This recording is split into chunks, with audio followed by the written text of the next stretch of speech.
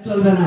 তাই এই সংগঠন শক্তিশালী করে এই স্বৈরাচারের দোষরদের মোকাবেলা করতে হবে।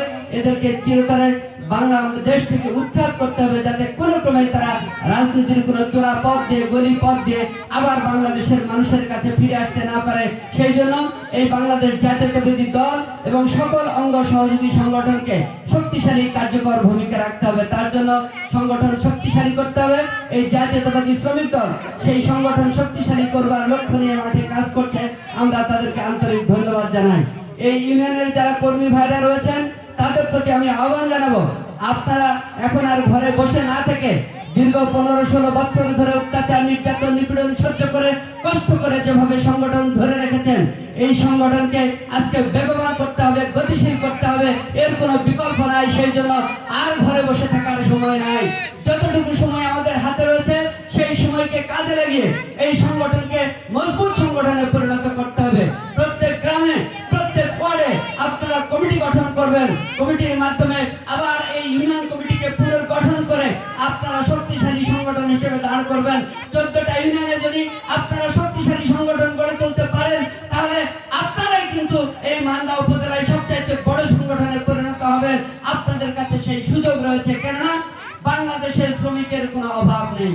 আমরা এই সারিতে যারা বসে রয়েছি তারা সহ, আপনারা সহ সবাই কিন্তু কোনো না কোনো ভাবে আমরা শ্রমিক। সুতরাং শ্রমিক সংগঠন করবার জন্য লোকের কোনো অভাব হবে না। তাদেরকে একত্রিত করে, ঐক্যবদ্ধ করে শুধু সংগঠনের পতাকা তলে আনতে হবে ভাইয়ের আমার। সেই কাজটি আপনারা দায়িত্ব নিয়ে করবেন। এই উদাত্ত আহ্বান আজকের এই সমাবেশ থেকে আমি রাখতে চাই। আর একটা কথা মনে করিয়ে দিতে চাই, আমাদের নেতা তারেক রহমান প্রতিদিন বক্তব্য দিচ্ছেন, আপনারা নিশ্চয় তার বক্তব্য দেখে থাকেন, যে আমাদের কিন্তু এখনো ভাববার কোনো সুযোগ নেই যে আমরা বোধহয় ক্ষমতায় চলে এসেছি। এইটা ভাববার কোনো সুযোগ নেই। আমরা ভুলে গেলে চলবে না। 2006 সালের পর থেকে আজ পর্যন্ত কিন্তু আমরা রাজপথের রাজনৈতিক দল হিসেবে রয়েছি। আমরা কখনোই সরকারে যাই নাই। আগামী দিনের যে নির্বাচন হবে, এই তত্ত্বাবধায়ক সরকার, এই অন্তর্বর্তী সরকারের অধীনে যে নির্বাচন হবে, সেই নির্বাচনে জয়লাভ করতে হলে জনগণের আস্থা অর্জন করতে হবে, মানুষের ভালোবাসা অর্জন করতে হবে। আমাদের সেই লক্ষ্য নিয়ে মানুষের বিপদে আপদে তাদের পাশে দাঁড়াতে হবে, মানুষের উপকার করতে হবে, মানুষকে সাহায্য সহযোগিতা করতে হবে। তাহলেই মানুষ ভাববে যে এই লোকগুলো ক্ষমতায় নাই দীর্ঘদিন, তারপরেও যেহেতু আমাদের পাশে এসে দাঁড়ায়, সুতরাং এদের কথা শুনে ভোট দিয়ে নেতা নির্বাচিত করে এই দলকে ক্ষমতায় আনতে পারলে দেশ নেত্রী বেগম খালেদা জিয়া এবং তারুণ্যের অহংকার তারেক রহমানের নেতৃত্বে যে সরকার গঠিত হবে, সেই সরকার বাংলাদেশের মানুষের সকল অধিকার ফিরিয়ে দিতে পারবে, বাংলাদেশের মানুষের ভাগ্যের পরিবর্তন করে উন্নয়ন বয়ে আনতে পারবে।